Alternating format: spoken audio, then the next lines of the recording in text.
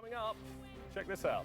John, Paul, George and Ringo, there they are, joining us to discuss why the Beatles still have the X Factor with the I generation. Oh yes, that's coming next.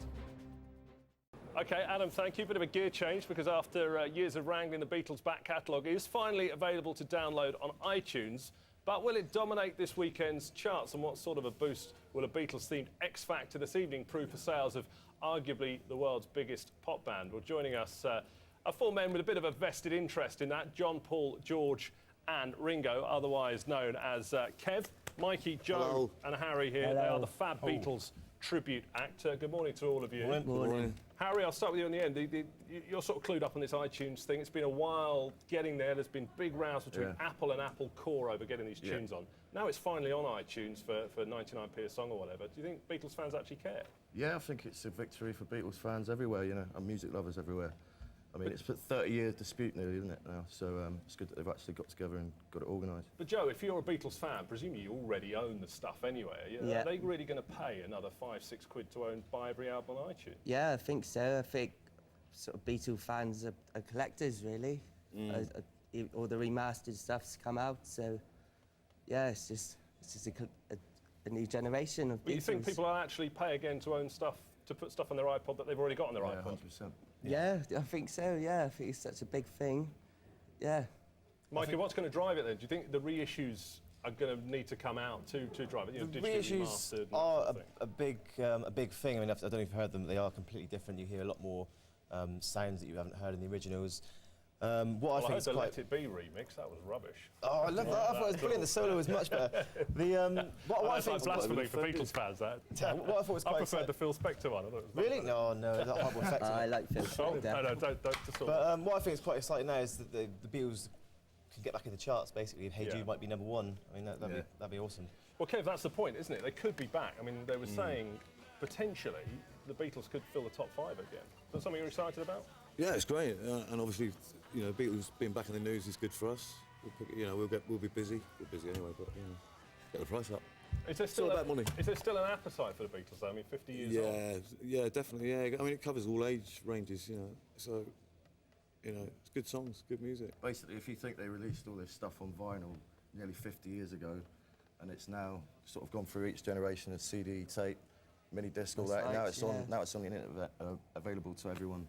What will and they it'll be think there of next? forever, you know. Yeah. Because I'm trying to work out whether Beatles fans are part of the iPod generation or not. But, Yeah, 'cause the it's guys all coming about- to your gigs, are they young? I mean, or old? we're not part of the Beatles generation, but you know, we're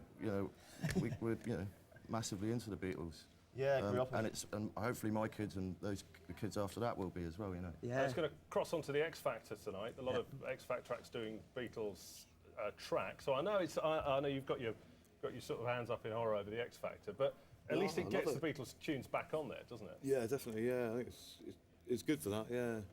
And how do you think that'll affect sales of the? Well, they're these timeless downloads? tracks. I mean, they go over everything. I mean, every generation can enjoy it. It's been a long and winding road, you know. Oh, come on. Taxi. What is it, how does it work? You guys probably know this better than I will. How does it work? Who's going to make the money out of this now? Because didn't Michael Tax Jackson buy that? Well, didn't Jackson own the Northern Songs? Yeah, that's a bit weird. He's still- he's still Michael got that. Jackson, no, he's dead now, isn't he? Yeah. Who owns this song? I'm Yeah, not he does, sure yeah. about the royalties. I think.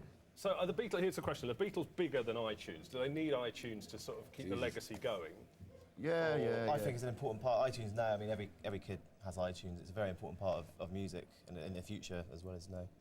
Okay, so you're on the road sort of 3 times a week. Do you think with the Beatles going on instant download now, you're going to get more gigs out of this? I hope so. Yeah, I think so, yeah. And what are you playing tonight, very quickly? Walsall Walsall. Football Club. Yeah. Okay. You've got your guitar in hand. I understand it's tuned. Ready It's to just go? me that's not Yeah. tuned. Give us a little blast into the break. Go on, John. Love me do. You know I love you. I'll always be true. So please love me do. Oh, love me do. Love me do. You know I love you. I'll always be true. So please. Too early, man.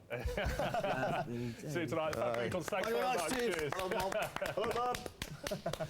Thank you very much. We're coming back very shortly with more, and also on our website, skynews.com. Don't forget why Blade actor Wesley Snipes is facing jail time in the